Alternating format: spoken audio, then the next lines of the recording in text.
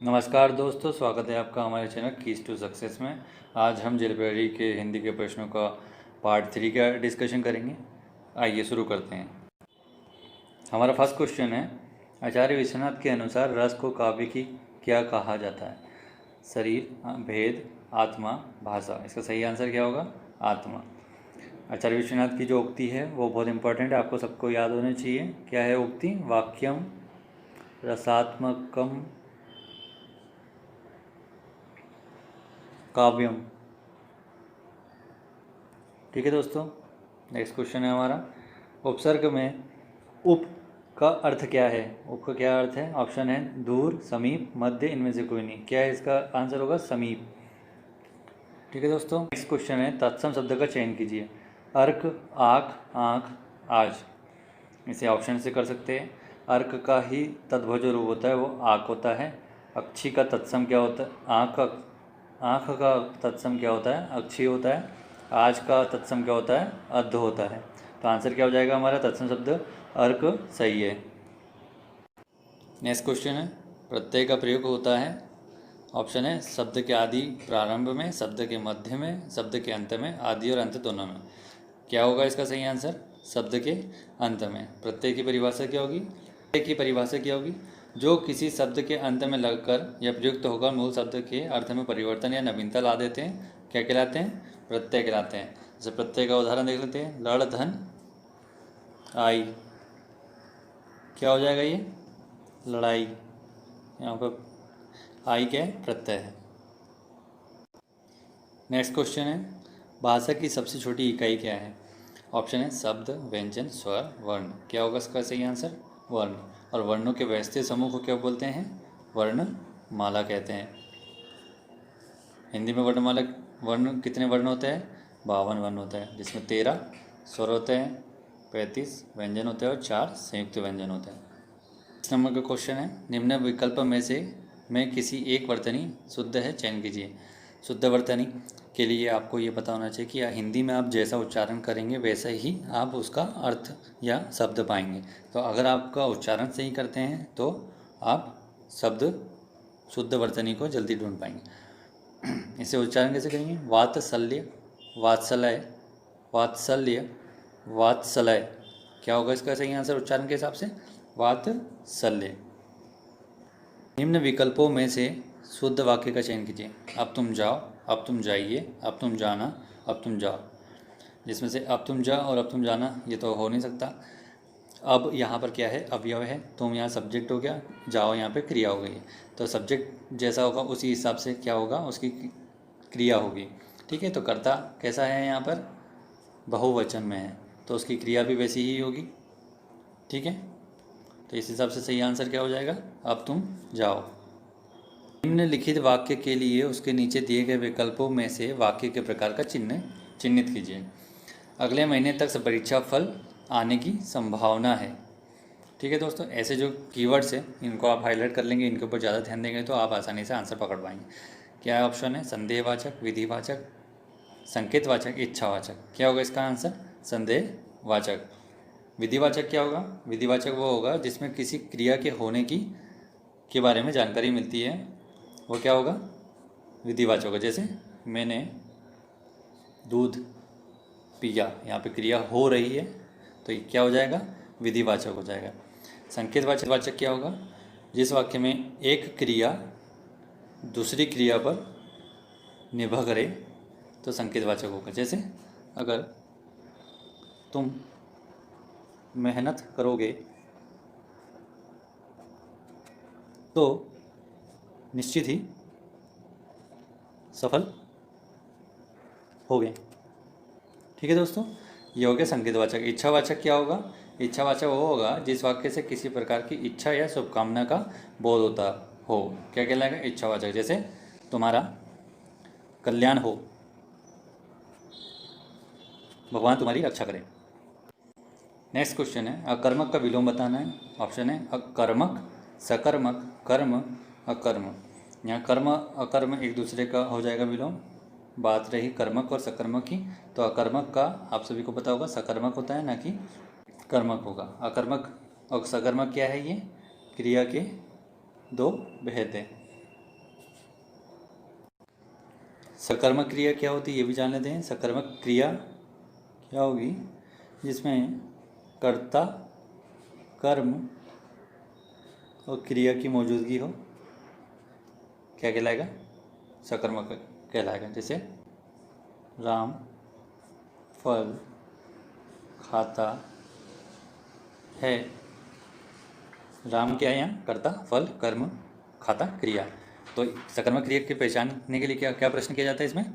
इसमें प्रश्न किया जाएगा राम क्या खाता है। अगर प्रश्न पूछने पर उसका उत्तर आता है तो वो क्या होता है? सकर्मक क्रिया। तो इसका उत्तर क्या होगा? राम फल खाता है। वहीं अकर्मक क्रिया क्या होगी?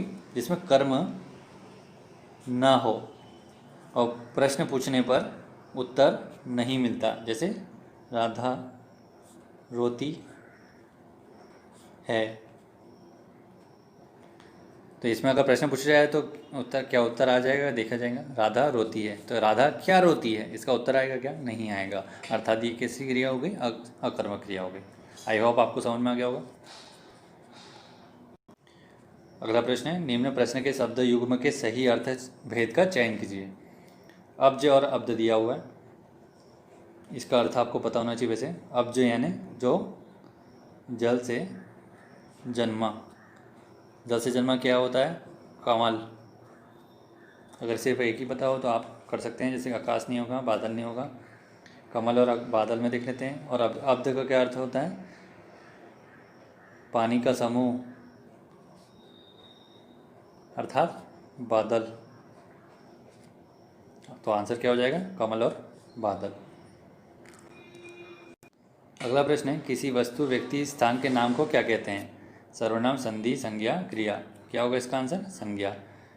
और सर्वनाम क्या होगा? ऐसे शब्द जो संज्ञा के स्थान पर यूज़ किए जाते हैं वो क्या कहलाते हैं? सर्वनाम। जैसे तुम, मैं, वह, यह, इत्यादि इत्यादि। ठीक है दोस्तों। और संधि क्या होती है?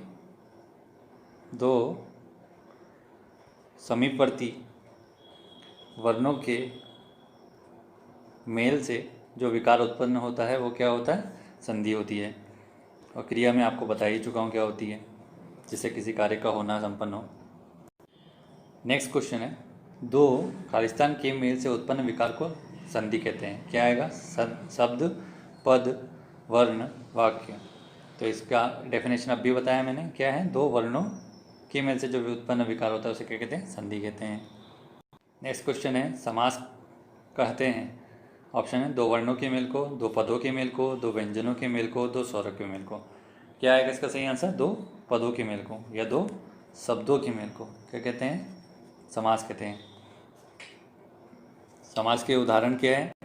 समास के कितने प्रकार होते हैं? क्या ट्रिक बताई थी आपको मैंने? कब तक डीडीटी का छिड़काव करेंगे, जिसमें कर्मधारय, अव्ययीभाव, बहुव्रीहि, द्विगु, द्वंद्व, तत्पुरुष समास। अर्थात 6 प्रकार होते हैं समास के। ऐसा भी पूछा जाएगा तो आपको ट्रिक से आसानी हो जाएगी। 14 नंबर का क्वेश्चन है, अभी तो मुकुट बांधा था माथे, हुए कल ही हल्दी के हाथ, खुले बिना थे लाज के बोल, खिले बिना चुंबन शून्य कपोल, हाय रुक गया यही संसार, बना सिंदूर अगार। किस रस का उदाहरण है? तो ये किस रस का उदाहरण है? ऑप्शन देख लेते हैं। क्या है ऑप्शन? रौद्र रस, करुण रस, विभत्स रस, इनमें से कोई नहीं। क्या होगा इसका आंसर? करुण रस। क्यों होगा करुण रस? क्योंकि इस पंक्ति से पढ़ के आपको समझ में आ रहा है कि किसी नवविवाहिता की शादी हुई है और उसके पति कुछ ही समय बाद मर गए हैं, जिससे वो करुणा से पीड़ित है, वेदना से पीड़ित है। नेक्स्ट क्वेश्चन है 15th, अति गंध में उपसर्ग बताइए। अन, अति, अधि, अनु। तो आपको इसको अगर आप अलग अलग करके देखेंगे तो आपको समझ में आ जाएगा। अति, धन, गंध लिखा हुआ है तो इसका क्या उपसर्ग हो जाएगा? अति। ठीक है दोस्तों। अन का क्या अर्थ होता है? अभाव। अन का क्या हो जाएगा? अनमोल। अति का क्या होगा? अत्यधिक। इसका एक अत्यधिक ही एक उदाहरण भी हो जाएगा। अधि का क्या होता है? ऊपर या श्रेष्ठ, अधिकार। अनु का क्या अर्थ है? पीछे। इसका क्या हो जाएगा एक उदाहरण? अनुकरण। अगला क्वेश्चन है, तद्भव किसे कहते हैं? संस्कृत उत्पन्न हुए शब्द, विदेशी भाषा से आए शब्द, संस्कृत से के शुद्ध शब्द, इनमें से कोई नहीं। क्या होगा इसका आंसर? संस्कृत से उत्पन्न हुए शब्द, और जो संस्कृत के समान होते हैं वो क्या कहलाते हैं? वो कहलाते हैं तत्सम।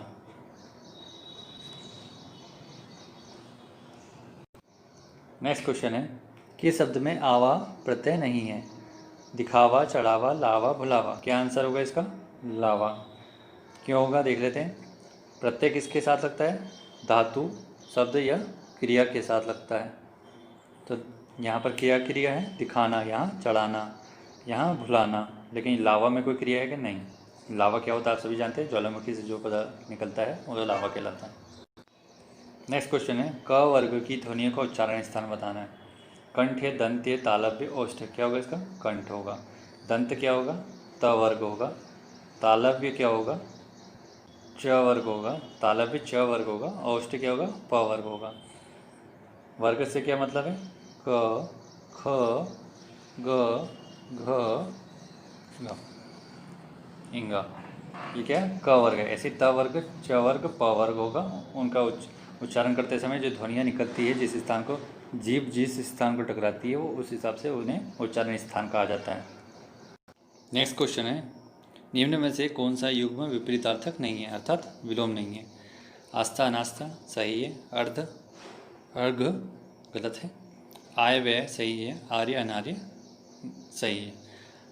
अर्थ का क्या होता है? अर्थ यानी होता है आशय। और अर्घ, अर्ध होगा, ये अर्घ लिखा हुआ है, इसका अर्थ होता है आधा। अर्थ का क्या होगा? अनर्थ होता, ना कि अर्घ होता। शब्द युग्म के विकल्पों में से कोई एक युग्म सही नहीं है, गलत युग्म का चयन कीजिए। क्या है? सूत, सूत, राम, श्याम, अभय, उभय, कुच, कूच। तो ऑप्शन से देख लेते हैं। सूत और सूत का क्या अर्थ होता है पहले देख लेते हैं। सूत का क्या होता अर्थ होता है? सूत का अर्थ होता है रेशम।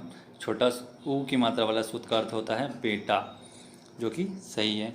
राम और श्याम में श्याम का होगा कृष्ण, और राम का अर्थ आपको पता है, तो श्याम का क्या होता?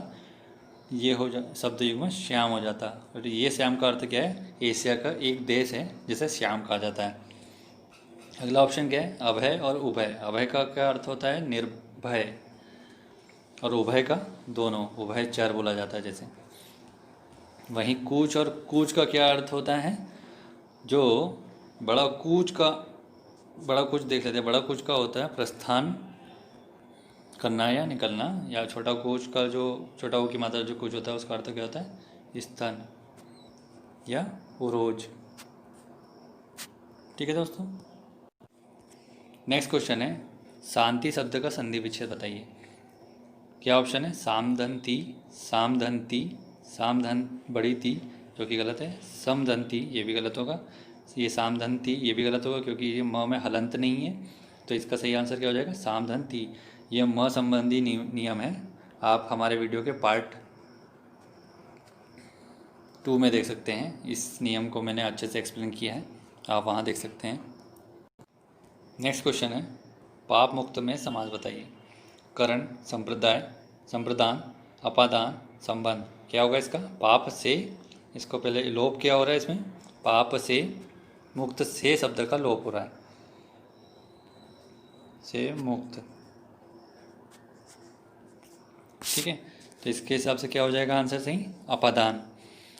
इसमें क्या होता है? से शब्द का लोप होता है, लेकिन वो अलग होना चाहिए। करण का भी अर्थ होता है से, लेकिन द्वारा में होता है। उसका अर्थ क्या होता है? से द्वारा, अर्थात तुलसी। एक मिनट, क्या उदाहरण हो जाएगा इसका? तुलसी कृत, तुलसी द्वारा कृत। किसका हो जाएगा? करण का हो जाएगा। संप्रदान का क्या अर्थ होता है? संप्रदान का सत्पुरुष में के लिए का लोप होता है।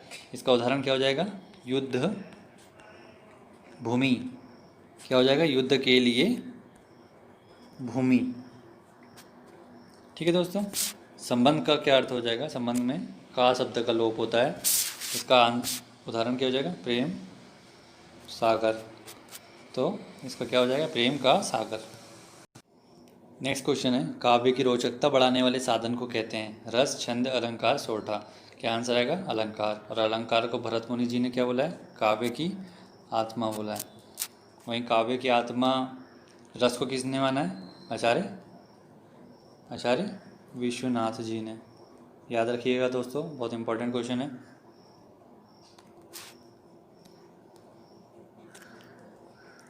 अगला क्वेश्चन है, उपमा अलंकार के भेद। पूर्णोपमा, लुप्तोपमा, उपयुक्त दोनों, इनमें से कोई नहीं। तो क्या आंसर हो जाएगा इसका? दोनों। उपयुक्त दोनों उपमा अलंकार के उदाहरण होते हैं। उपमा अलंकार क्या हो जाएगा? जहाँ उपमेय के साथ उपमान किसी समान धर्म को लेकर तुलना की जाए, वह क्या होता है? उपमा अलंकार होता है। जैसे मुख चंद्र सा सुंदर, यह उपमा अलंकार का उदाहरण हो जाएगा। नेक्स्ट क्वेश्चन है, प्रशून का पर्यायवाची क्या होगा? वृक्ष, पुष्प, चंद्रमा, अग्नि। क्या आंसर होगा इसका? प्रशून का पुष्प होगा। वृक्ष का क्या होगा देख लेते हैं। वृक्ष का क्या होगा? साखी, पादप, पेड़ और रुख। ये किसके पर्यायवाची हो जाएंगे? वृक्ष के हो जाएंगे। ठीक है। चंद्रमा का क्या होगा? मयंक, इंदु और शशि। वहीं अग्नि का क्या हो जाएगा? अनल, जो कि बहुत इंपॉर्टेंट है, आग, पावक, दहन। नेक्स्ट क्वेश्चन है, छाती पर सांप लुढ़ना मुहावरे का सही अर्थ बताइए। डर जाना, सीने में दर्द होना, ईर्ष्या करना, चिल्लाना। क्या होगा इसका सही आंसर? ईर्ष्या करना। मुहावरा क्या होता है? वह वाक्यांश जो अपने वाच्यिक अर्थ का बोध न कराकर लाक्षणिक या व्यंग्यिक अर्थ का बोध कराता है, क्या कहलाता है? मुहावरा कहलाता है। 27 नंबर का क्वेश्चन है, लज्जित होना निम्न में से किस मुहावरे का अर्थ है? उलट जाना, आँख ऊपर न उठना, आँख से ओझल होना, आँख कान खुलना। क्या इसका आंसर होगा? आँख ऊपर न उठना, अर्थात लज्जित होना। किसी कार्य को करके इंसान जब अपनी आँख ऊपर नहीं उठा पाता है, तब वो क्या हो जाता है? लज्जित हो जाता है। नेक्स्ट क्वेश्चन है, कहाँ राजा भोज, कहाँ गंगू तेली लोकोक्ति का सही अर्थ क्या है?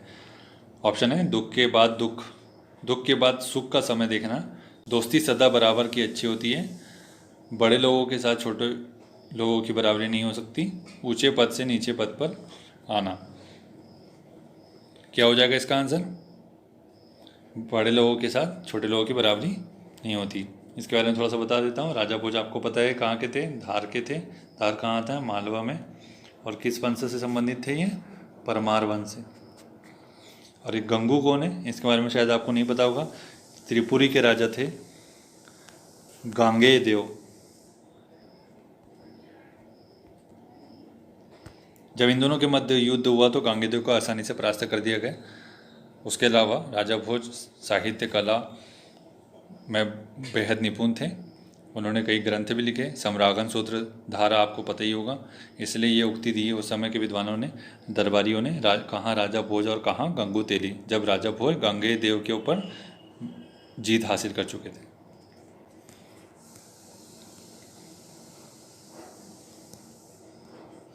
अगला प्रश्न है, आकाश से बातें करना लोकोक्ति का सही अर्थ क्या है? बहुत ऊंचा होना, बहुत तेज दौड़ना, अभिमान करना, कल्पना करना। क्या होगा इसका सही आंसर? अभिमान करना। नेक्स्ट क्वेश्चन है, नेक्स्ट एंड लास्ट क्वेश्चन है ये, अली, मधुप, मधुकर, ये किसके पर्यायवाची है? रात्रि, शहद, भौरा, वृक्ष।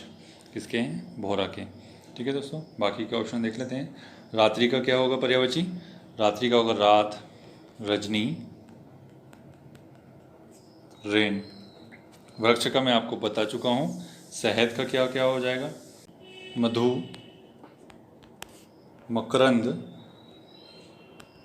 पुष्प, रस। ये सब क्या हो जाएंगे इसके पर्यायवाची। दोस्तों, हमारा वीडियो यहीं पे समाप्त होता है। आपसे निवेदन है कि हमारे वीडियो को ज़रूरतमंदों तक बिल्कुल पहुंचाएं, जिससे कि वो लोग अपना सपना साकार कर सकें। अगर आपको वीडियो अच्छा लगा है तो मैं लाइक और सब्सक्राइब के लिए नहीं बोलूँगा। आप खुद समझदार हैं। अगर आप भविष्य में कुछ अच्छा करना चाहते हैं तो ये काम आप जल्दी कर लेंगे। बात बोली आपको अच्छी लगी तो ऐसे थोड़ा मार दीजिए हाथ, आप थोड़ा सा मार दीजिए,